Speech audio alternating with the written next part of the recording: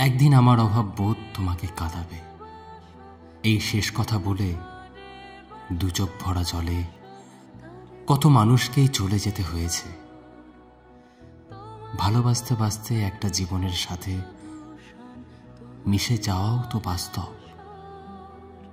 আচ্ছা, মানুষ মানুষকে ছেড়ে আসে কেন? একটা সময়ের পর মানুষ থাকতে চায় না বা কেন? ভালোবাসা ফুরোয় কেন? কারোর অভাব বোধ কাউকে কাঁদায় কিনা জানি না, তবে একটা সময়ের পর অভাববোধ মানুষকে গিলে খায়। কারণ যাদের ছেড়ে যাওয়া হয়েছে তারা যে নীরব অভিশাপ বয়ে বেড়াচ্ছে।